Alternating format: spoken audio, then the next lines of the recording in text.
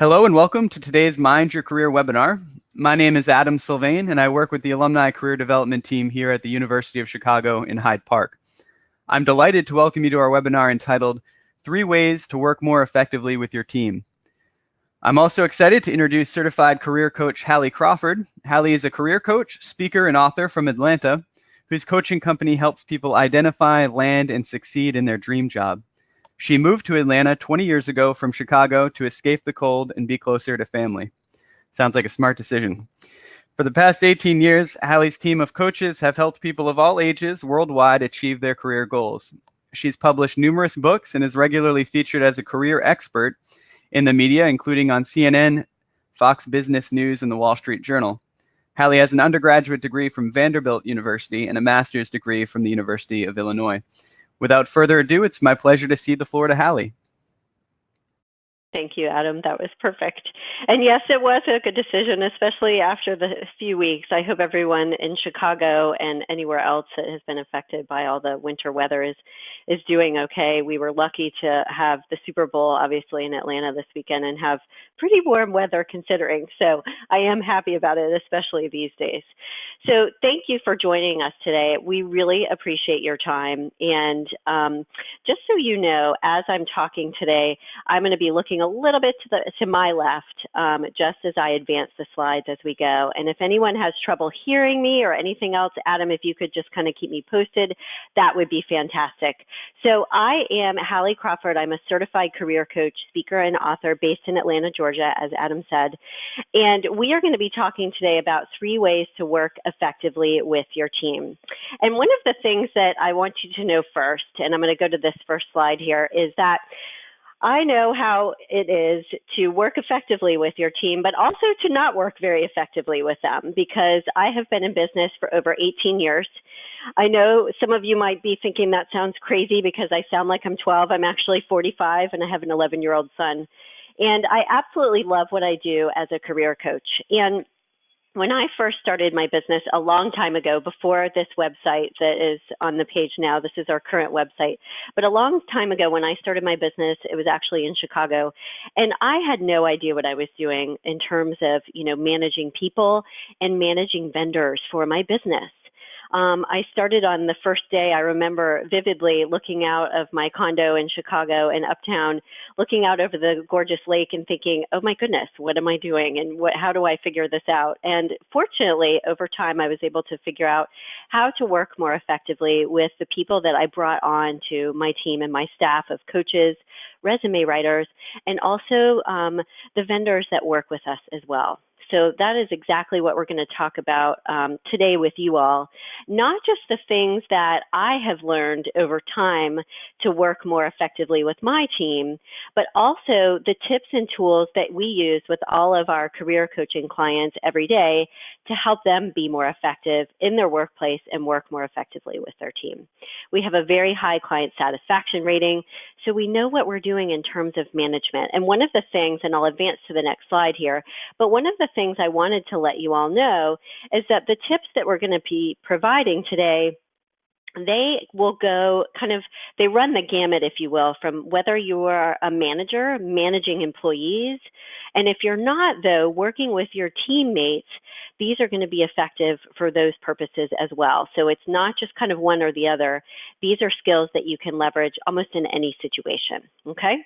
So why is this topic important? Obviously, you guys are here today for a reason. And one of the things that I wanted to share with you is some of the statistics about why it's so important to work effectively with others in your organization, whether it's with your team, your supervisor, or people that you manage, okay? And if you take a look at this slide here, research has shown that almost 80%, in a range here, of difficulties in organizations, they actually stem from issues with relationships between coworkers and employees versus deficits or issues with an individual employee's performance. This is a really big deal because this is very high. These strained work relationships or less effective ones really impact our work environment and our ability to perform at our jobs effectively. And on this slide here again, the second bullet point, A typical manager will spend between 25 and 40% of their time dealing with workplace issues or conflicts. That's a lot of time. So this is definitely something that is critically important, not just to your success as an employee, but also your satisfaction and fulfillment in what you do. It's critically important for both of those things, because as we all know, and we have had so many clients come to us that, end up figuring out, gosh, I'm actually in the right role and I'm actually in the right industry, but it's the workplace that's an issue. It's the culture of the organization or something else that has to do with the other people they work with that's the issue for them in terms of being in the right fit. So the second slide, or the next slide I want to show you here too, is our career model that we use with all of our clients. So here's the deal. This is the ideal career model that I've developed over doing this for 18 years. And this is the model that we use for all of our clients to help them figure out what the right career fit is, help them with their job search and how to move forward and sell themselves effectively, but also to talk with them about how to make sure that the career path that they're in is going to be a fit for them and what adjustments they may need to make. So if you take a look at this slide here, where the arrow is pointing towards work environment is a make or break for your career and whether your job and your career path is going to be the right fit for you. It is critically important. It impacts all of the other pieces of the model as well as vice versa. So you have to pay attention to ensuring that the work environment is a fit for you, but also by being a better teammate, employer, employee, that's going to help you with your work environment as well. One thing that I did want to share too, and then we'll get to the next slide here, which is our agenda, is you will get a recording, as we said earlier, of this PowerPoint or the webinar, I should say. But also, if you all would like a copy of the PowerPoint, don't hesitate to email me. Just email us at admin@halliecrawford.com, and one of my teammates will get you the copy of the PowerPoint so that you can have that, especially if you want to have a copy of the model too. Okay, we're happy to share that with you. So here's our agenda. We are going to talk about actually today coaching skills and how they can help you more effectively work with your team. Those are the things we're going to focus on, and you'll see why as we go. So I will give you a quick introduction to some coaching skills that we're going to talk about and what coaching means, kind of how you would define it, if you will, so that you understand kind of the perspective that we're coming from in terms of sharing these tools with you. We're going to next talk about 3 ways to work effectively with your team, and I will give you some resources to assist you along the way, okay, that you can download and use to help you be more effective. And finally, we do want you to make sure that you walk away today with at least 2 action steps that you will take in the next week to start working towards being more effective in this area, okay? And Adam, I think there should be a handout uploaded. If I'm incorrect, we can just put that, send it to people afterwards, but I at least wanted to reference that, okay? So there is a handout available for the webinar today. Please feel free to take notes either on that, on your computer, whatever works best for you, because I'm sorry, I'm a coach and I assign homework. That's just kind of how it works. All right, so next slide here, I already said this, just a quick reminder, if you do want a copy of the presentation, please feel free to email us at admin@halliecrawford.com. Happy to share that with you. All right, let's take a look at the next slide. So I wanted to talk with you all about how we define coaching and how you can kind of get the right perspective on the tools and skills that we're going to be talking about today so you understand where we're coming from. It will help you leverage and utilize them more effectively, okay? So the deal with coaching is that whether it's career coaching or sports, athletic coaching, any other type of coaching, even life coaching, is basically about helping someone learn more about themselves, learn more about their profession, whatever it is, in order to improve their performance in whatever area they are being coached on, okay? And Adam, if we can go ahead and start to get that first poll set up in just a second here, that would be great. So the way coaching is defined, everybody, and I want you to notice this here, it's helping someone learn on their own to a certain extent to improve their performance. It's not about issuing instructions and telling them what to do and being bossy all the time, okay? So coaching is helping someone improve their performance. It's not about issuing those instructions, but pay attention to this second bullet point here.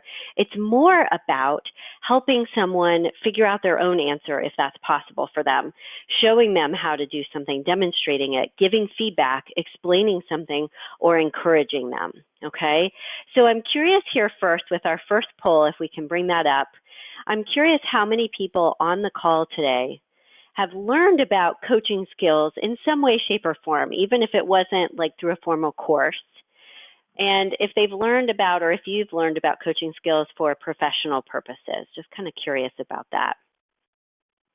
And actually, Adam, if you could share the results with me, that would be great. That's one of my techie things. I'm not as good at figuring out where to view the results.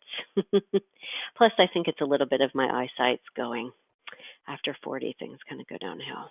Yeah, absolutely. So we're still waiting on a few responses, but I'll be happy to share those results with our attendees and with you in just a moment. Awesome. Take your time. And a quick, sorry, a quick yeah, note on the handout you referenced. It's not posted to the GoToWebinar currently, but I will make sure that that handout is shared in the post-event email. Awesome. Thank you so much. Really appreciate that. By the way, everyone, just so you know, with that handout, it does have the main tips on there. So when you get that afterwards, it's really good. I would encourage you to write down your action items on that handout to help you with accountability. It has a space for that at the bottom.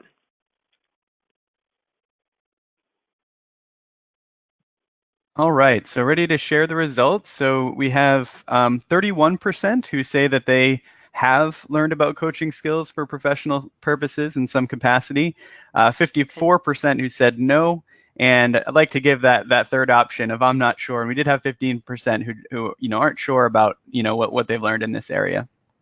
Okay, well, that makes perfect sense because for some of you, thank you for sharing that. That's perfect. And thank you, everybody, for participating. For some of you, you may not exactly know, oh, gosh, what coaching is. So that kind of uncertain and undecided totally makes sense to me. And for those of you who have learned about coaching skills, hopefully this will enhance your learning, especially for working within a team. And the rest of you, you're in the right place. So that's perfect. Those are good results for us. All right. So keep in mind as we go to the next slide here, and I'll pull up the different bullet points here, everybody. Keep in mind and just remember that coaching is not just about telling someone what to do all the time. You want to work towards the best way to describe it is kind of that encouraging and pulling answers out of other people as much as you possibly can. Just remember that obviously there are times when you have to make a decision or when you have to tell someone what to do if that's the right scenario, and I totally get that. But remember that people learn and will retain their learning a lot more effectively if they learn something on their own, if they come to their own conclusion, okay? So that's part of why coaching asserts in a very big way that it's helping someone find their own answers. Okay, so let me pull up the rest of the bullet points here. I want to put all of these up here so we've got all of them, okay? Coaching skills, and that's what we're talking about today to help you work more effectively with your team, but coaching skills can help improve communication in the workplace enormously, and here's why on this slide. The reason why is that because it can help you develop greater trust with your teammates. It will help you develop greater empathy for what they may be going through at any given time in a project that you're working with them on or specific tasks. And having empathy for your coworkers and employees is a critical piece to being understanding about obviously what's going on with them, but helping support them in any given way. Okay, you have to know where they're coming from. It also helps you develop the right tone for the conversations that you need to have, especially if those conversations are kind of those touchy, difficult conversations.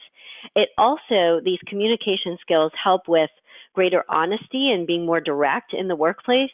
And as part of that, more effective and improved feedback and input, okay? Because we all have to have that in some way, shape, or form to get that objective opinion about how are we doing. And then finally, effective communication skills help with greater connection. And connection actually is built on all of these other things on the slide as well, as you can imagine, right? But greater connection in the appropriate professional way, of course, that helps everyone work together more effectively as well, okay? Because you're able to communicate more openly, directly, honestly, and enjoy working together even more, okay? So let's take a look at the next slide here, and we're still talking about those foundational skills for coaching in this beginning here, kind of the perspective that we want to take in terms of coaching skills for working with your team. And I would suggest you take these notes down, everybody, okay? So the foundational skills for coaching, these are some of the basics. So when I attended coaching school a long time ago, I attended the Coaches Training Institute. I actually took my courses in Chicago, but the coaching school is out of California. These are some of the foundational skills that they teach us first, okay? And I want to encourage you to start working on these. We are going to talk about the first three at the top. These are going to be our three, effective skills to work with your team.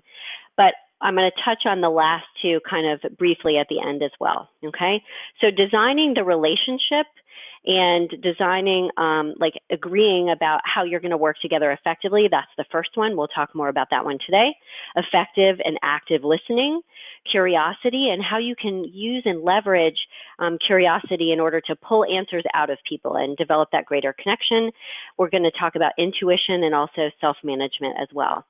All of these skills will help you work with your team more effectively, and especially, everyone, if you take a look at this slide here, help you diffuse any possible challenging situations that you might have with any difficult coworkers or employees that you might have. We've all had those before, so I know you can understand where we're coming from, okay?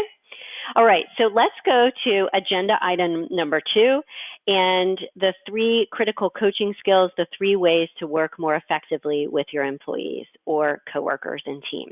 And I'm just leaning forward a little bit here today, everybody, just because the sun's coming in. We've got this nice sun in Atlanta. It's great. Okay, so we're going to talk about designing the relationship, active listening, and curiosity as well, as I mentioned. So let's talk about designing the relationship first and what I mean by this and how to effectively implement this action step, okay? So skill number 1, designing the relationship, is I highly recommend to all of our clients, whether they're starting with a team or employees or, coworkers brand new, or even you can backtrack with this a little bit. Even if you've been working with people for a long time, you can kind of redesign or reestablish your relationship to a certain extent. It's possible to do that as well. So keep that in mind for both cases or instances, okay? So what I recommend is that you have agreements with your teammates, with your employees, whatever is relevant, but agreements to work together more effectively. And here's the deal, okay? This is how I would recommend you approach or broach this conversation, okay? And the things that I suggest you cover. And we're going to talk about this on this slide and on the next slide as well. So you want to ask them their opinion first to a certain extent, like kind of get their opinion about how do you think that we can work together effectively? Or if you are having difficulty working together effectively, how do you think we can smooth things over and work together more effectively? Ask them, don't just dive in with all of the things that you think should happen, okay? Ask their opinion first to gather some feedback and input. The second thing to think about during the course of the conversation is your goal is to establish guidelines for as many things as possible. Communication, how you all can communicate. Is it better that you meet in person more frequently? Do you need to talk over the phone because you're virtual? How often should that be? Guidelines for tasks and how you perform tasks and work together effectively that way. Meetings and anything else that you think you need to discuss with them to make things clearer. This is all about clarity. You want to set some boundaries about how long those meetings should go, what, works for you in terms of, if something isn't really appropriate to talk about via email, can you pick up the phone and call me instead? So establish some boundaries about how you work effectively and how they do as well in order to be clear about what works for both of you. And make an agreement as well for how to handle conflict. If some sort of conflict or disagreement comes up between the two of you, agree in advance. And obviously don't talk about this right in the middle of having a disagreement. Usually it's better to do this, when things are calmer. But talk about in advance how you want to handle that. Because having these guidelines can make things so much smoother when they do come up, because you all have discussed this already and know how to navigate it. And then finally, make an agreement for how to handle feedback. How do you want them to, provide feedback to you, what's a constructive way for them to do so, and vice versa. And if you take a look at this next slide, you want to work through these items, okay? So I suggest you record these and write these down. And then we want to do in just a moment here, Adam, poll number 2 about having a team charter and creating that, okay?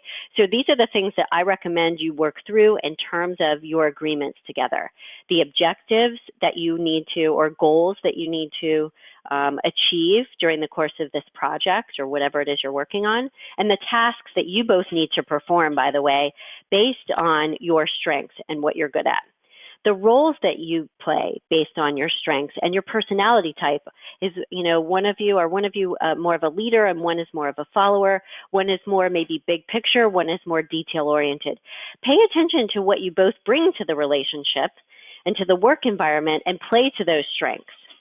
Think about number 3, challenges you have encountered and may encounter in the future, like predict what those might be and design a way to handle those based on, what's happened in the past or what you think could happen with this coming up or this next project.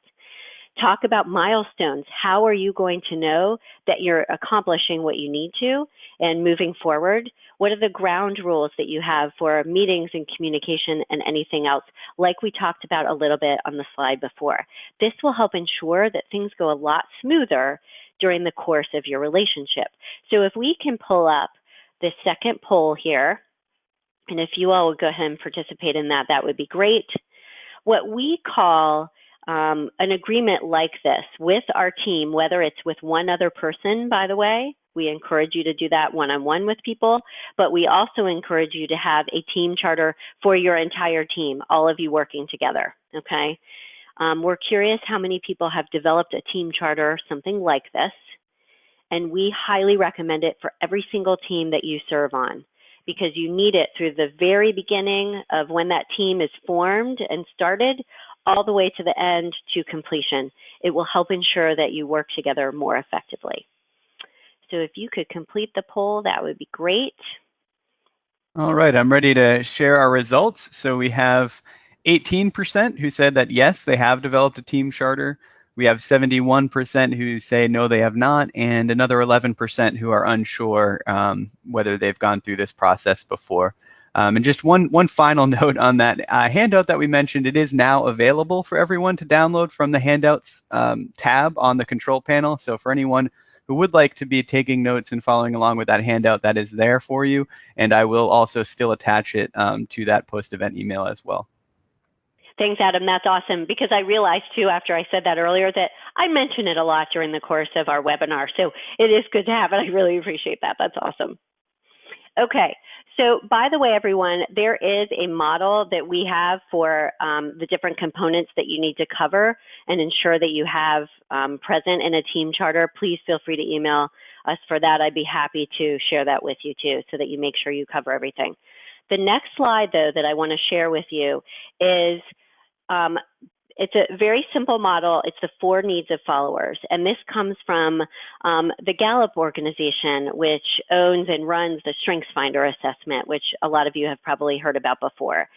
But I wanted to point it out today in terms of our team and working more effectively with your team, obviously, not just because, or not just in the instance of if you're a manager and have employees, but this goes for your teammates as well. When you're thinking about designing the relationship and working more effectively with your teammates, these are the 4 needs that people have in terms of their professional and work life.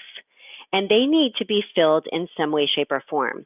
So if you want to ensure that your working relationships are more effective, you can help your coworkers and your team fill these needs to a certain extent. So we'll take a look at these just very briefly because they're very self-explanatory. I just shared these with one of our clients, though, a couple weeks ago. She has found it groundbreaking. She's been sharing it with her management team in order to help them meet these needs a little bit more.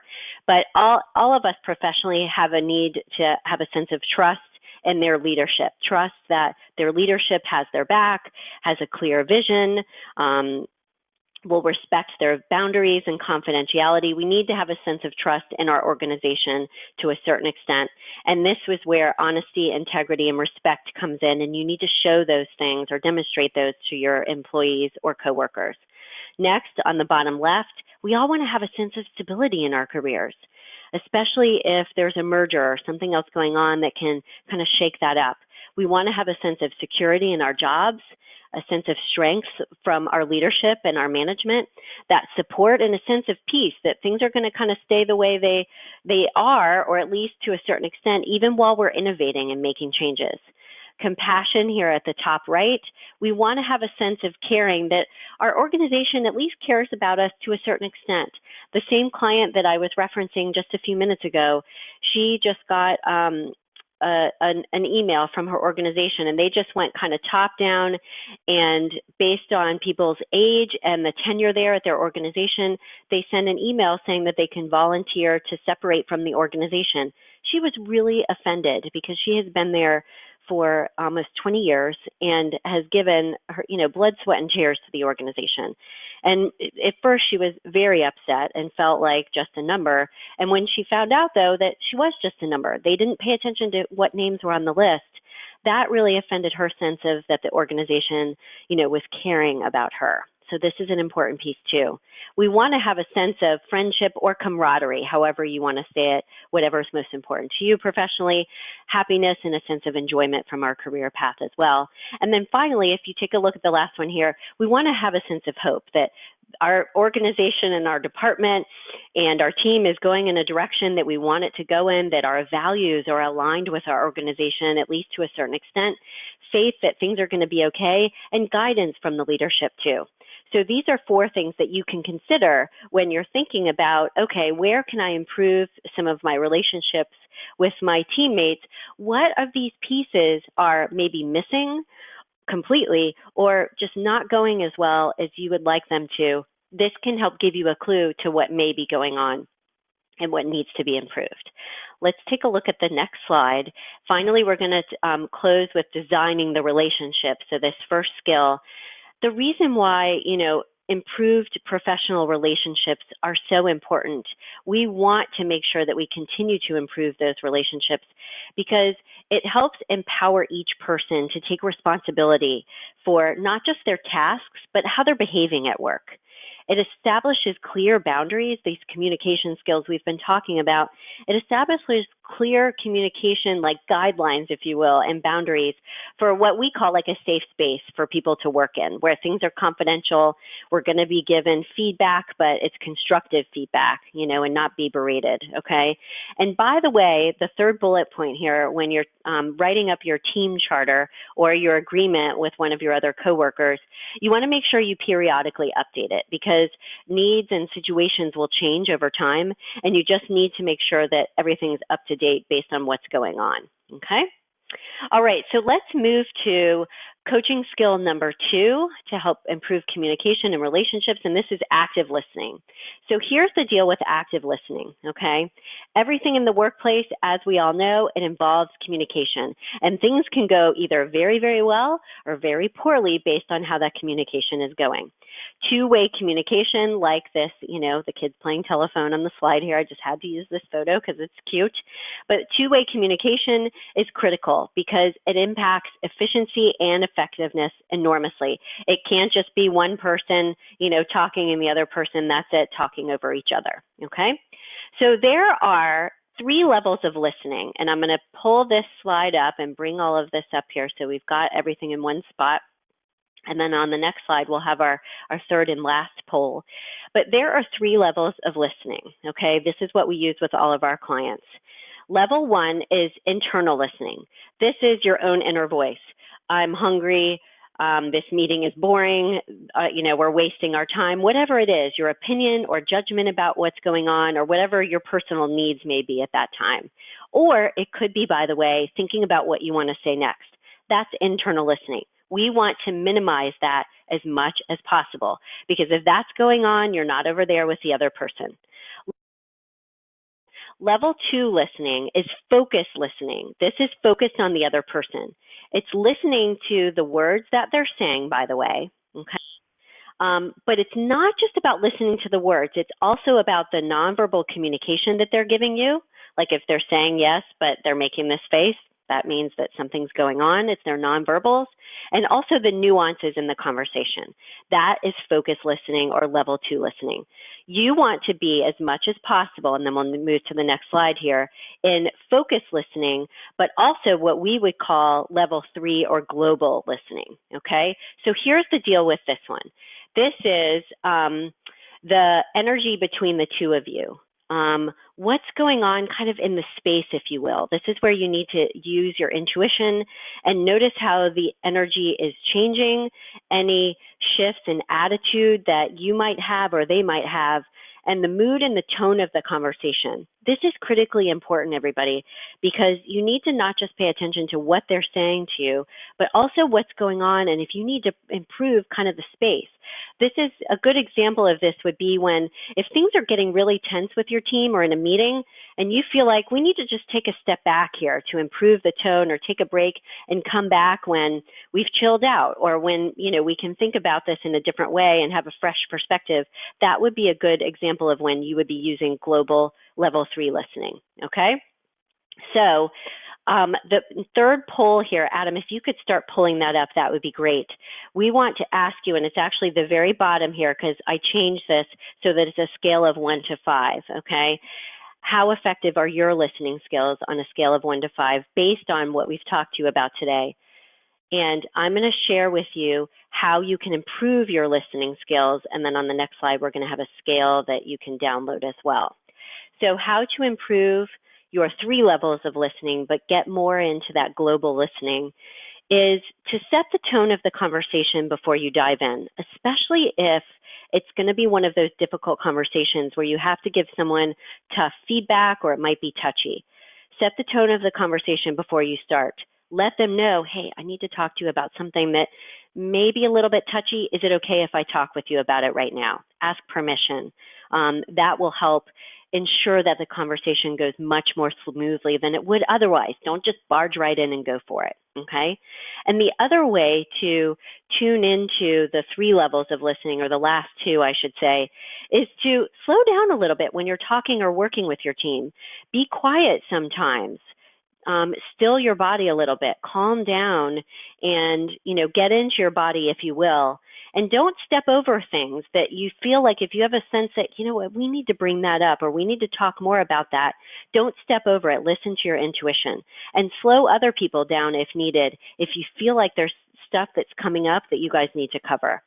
And the third way to kind of get more into not just the global listening, but also level 2, is to ask a question, invite feedback and input about how they're feeling about something. If you think that's an important piece to the conversation in that moment, or what they think, invite that feedback and ask their opinion. Again, not just kind of writing over the whole conversation, okay? So these are ways that you can be more effective as a listener. So can you share the poll results with us? It looks like you closed them out, so we've got everybody, which is great. Absolutely. Yep. So we've got 45% who would say that they are a number 4 or good listener on a scale of 1 to 5. We've got 27% who would say that they're average, a 3 on a scale of 1 to 5, 2 not great. 15% said that that's where they'd put themselves. And then we had 6% each on both extreme ends of the spectrum. So 6% said that they would rate themselves at 1 or poor listening skills, and 5 who said they think they're really good or excellent. Okay, good. All right, so we've got the majority. Sounds like they feel like they're at least in a good range, close to that 4. So that's awesome. Here is the way, if you feel like you want to find out more about how good you are at effective listening, there is an active empathic listening scale. This is short and sweet. It's a 1-pager. The link will be here in the PowerPoint, but I'm happy to send that to you as a URL as well to make it easier. But this is a very short and sweet, easy scale that will help you identify what your listening skills are, where you are on a scale of 1 to 5, and also based on how you rank each of the sections or categories on this scale as well, that will tell you where you need to improve and the specific areas of listening that you need to get better at, okay? And finally, I wanted to just share with you, this is a great active listening exercise if you want to take on a little bit more homework here in terms of the listening, if you feel like you need more help there. We highly recommend that it can be a casual conversation. This doesn't have to be something too formal, but have a close friend or family member, in the next week or so, tell you about a problem they're struggling with, or even if it's a coworker that you trust and, have good rapport with. And during the course of that exercise, it could be 5 minutes, doesn't have to be that long, you are only allowed to reflect back what they say to you and paraphrase it as well. Like, you can't ask any questions, you can't give them any advice. And this may sound easy on the surface, but I'm telling you, every time we do these in workshops with people, this is so hard to do because our human nature is to jump in and ask questions or tell them what to do because we want to be helpful. So we highly encourage you to complete this kind of exercise just to see how it feels. It will help you improve your listening skills. And by the way, if any of you feel like you need additional assistance on anything that we're talking about today or any other career advice, because I realize that when we conduct these webinars, the advice is kind of general across the board, regardless of what your situation is, and very helpful in that sense. But sometimes you may have a specific question for a very specific scenario or situation. Please know that I'm happy to chat with you in a free career strategy session to give you some advice about what you need to do for your unique situation. Okay? Let's talk about the third critical coaching skill, and this is going to be curiosity and how to leverage that. So what I mean by curiosity here, and let me pull up all of these pieces on the slide here so we've got everything, and I'm going to also share with you some examples here. So curiosity is basically kind of like we talked about before, being curious about something, asking questions versus judging or getting frustrated or whatever it is. This can help diffuse a difficult situation, and honestly, it empowers your teammates. Even if it's not a touchy or difficult situation, it will empower them to feel like you value their opinion, that you trust their judgment, and establish those open lines of communication. Like we talked about before, ask permission before sharing something touchy or difficult. Just ask them, hey, is this an okay time to chat with you? I've got something that may be a little bit touchy to share or difficult. Can I check in with you on it now, or do we need to talk later? Okay. The thing that I want you to get the most from this slide, everybody, is this idea of powerful questions. Powerful questions leverage curiosity enormously. They're very, very good. They are open-ended questions. They're not yes or no, okay? So powerful questions is something also that you can practice with. They're open-ended. They're kind of childlike, like, why is that? Or how can we work together more effectively, okay? There's no judgment. In some cases, if someone just needs to kind of vent and get something off their chest, it allows for that. If they need to just explain where they're coming from, it allows for that as well, okay? And it also can help you identify a solution. Here are some examples on the bottom. How can we improve our working relationship? Or how can we ensure that we work together effectively, okay? What is the best way to accomplish this goal without conflict or effectively, or however you need to put it, depending on the situation? What I want you all to notice is that these questions, these powerful questions, assume that you will come to a conclusion. They assume the positive, that you will be able to work it out. And that's part of why they're so powerful. So the next time you're you're asking a coworker a question, start to notice or pay attention to whether the way you're wording it is going to end up as a yes or no, and practice reframing it so that it's open-ended and invites more conversation and just doesn't like shut them down or close things off. In terms of powerful questions, if you take a look on this slide here, they can be either information gathering or just plain curious, okay? So on this slide here, information gathering obviously are going to be examples, things like how much time do you need to spend on this, who can help us with this project or this task, and curious is just wide open-ended. What will finishing the report give us or give you in terms of your sense of accomplishment, as an employee? What would working together effectively look like? Very open-ended, but again, allows the conversation to be engaging for both people, okay? I did want to mention just briefly that If you all feel like you need any additional in-depth assistance with any of these issues or anything else, we obviously do offer one-on-one coaching, and it's tailored to your needs. These are some of the quotes from some of our clients.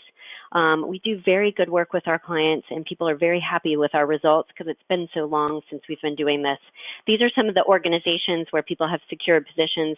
I'd be happy to talk with you, give you more information about our coaching if you feel like you need that to take this to the next level, okay? Now, remember at the beginning I said before we close, we do a couple of additional critical coaching skills, intuition and the self-management. So I'm going to touch on these briefly in these next couple of slides here, and then we'll start to move to the Q&A portion here, okay? Before we go, we'll have time for questions. So intuition is an additional coaching skill that is critically important that will help you work more effectively with your teammates. And I've referenced it several times during the course of this webinar, but I want you all to start to practice also tapping into your intuition a little bit more to identify solutions to problems that may be going on within your team or within the processes within your organization. What may be going on with a difficult coworker that you have, if that's the case for you. And sometimes instead of overanalyzing a situation, it's a really good idea to kind of let it simmer overnight, sit with something overnight. If you can't find the solution right away, sit with it, come back to it. That can allow you to tap into your intuition a little bit more, to sit quietly with the issue. Maybe you need to journal about it. We have a lot of clients that will do that, that will write down their thoughts and things become more clear that way. If you need to talk to a mentor or a coach to kind of get in touch with your intuition a little bit more and what you're thinking kind of down deep there and approach the situation calmly or to help you do that. Don't discount your intuition. A lot of times your gut instinct, there's something that you need to pay attention to there. And obviously, think rationally about it afterwards, whatever your gut instinct is, to kind of filter it through whatever else needs to be considered. But pay more attention to your intuition and don't step over things that come up, whether it's in meetings or conversations with people that you may need to bring up, okay? And to record on your handout as well, in addition to intuition, self-management is critically important to work with your team effectively, trying not to be judgmental, trying to be more empathetic, asking questions. If you get frustrated or annoyed with someone, kind of taking a step back and coming back to the situation calmly, okay? And just so you know, this is kind of one more bonus kind of additional tip or tool here.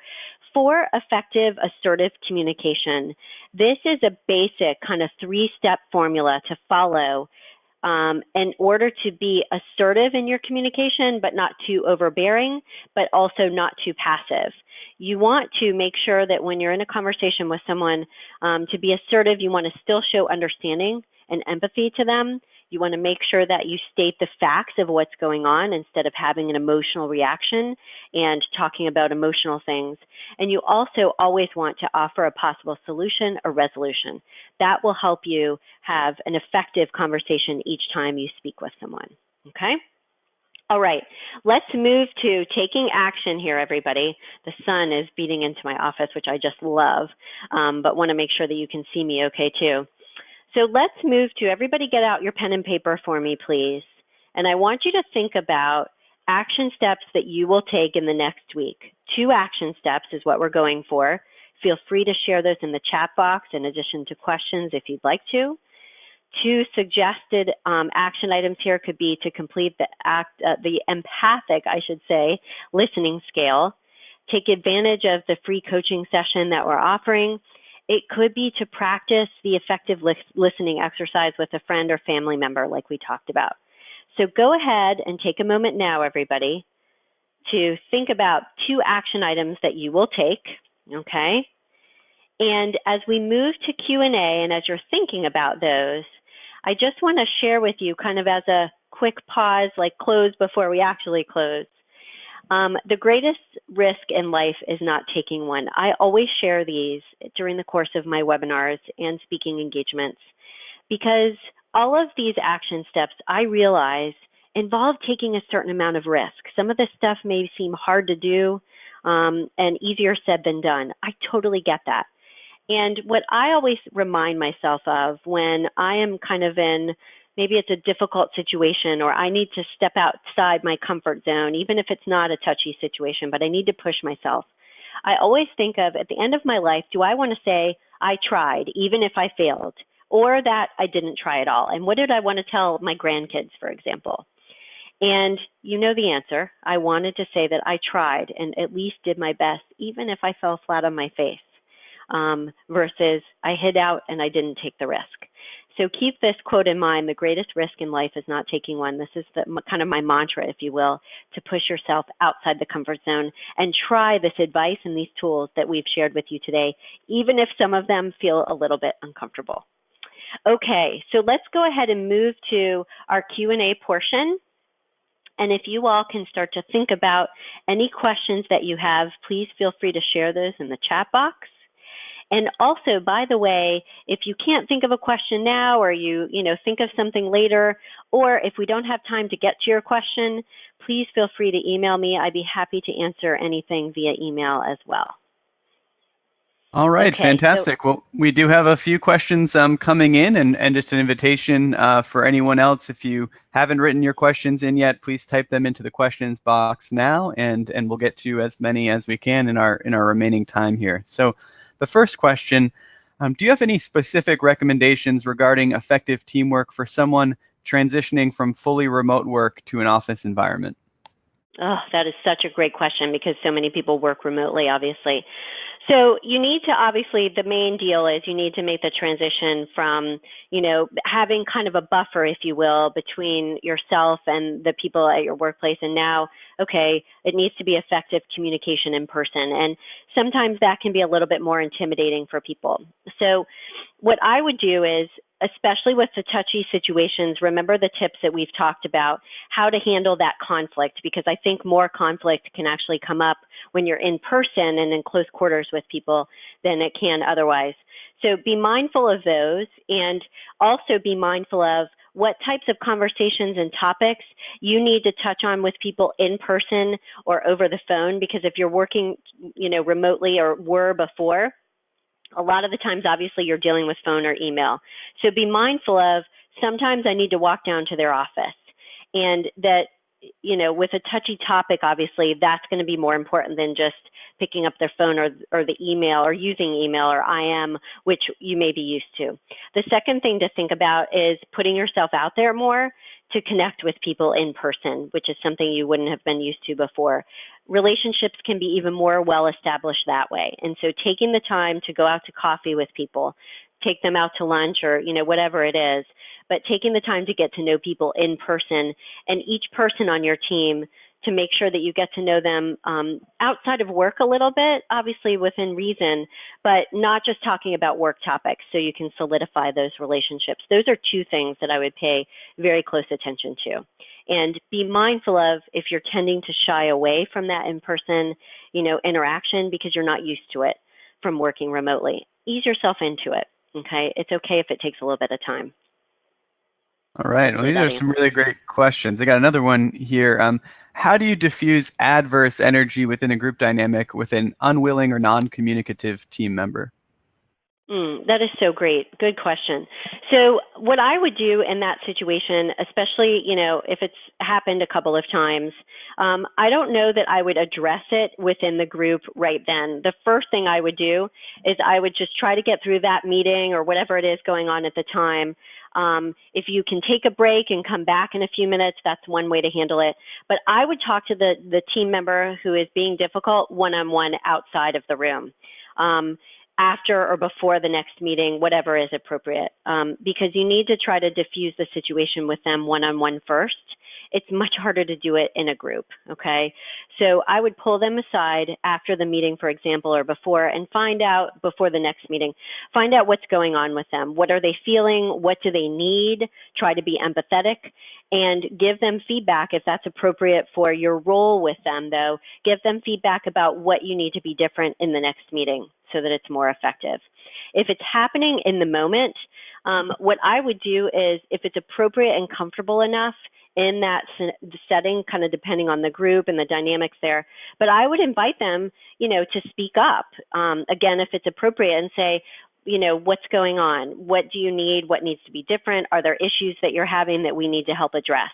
So if you have that level of, or that degree of kind of comfort and safety, so to speak, and it's okay for them to kind of air some of their grievances right then and there, that's okay too, to bring it up in that way. So I would do it either within the meeting, like I said, depending on the kind of the rapport of the group, or outside of the meeting if you think that's better. Hopefully that gives you a starting point to deal with it.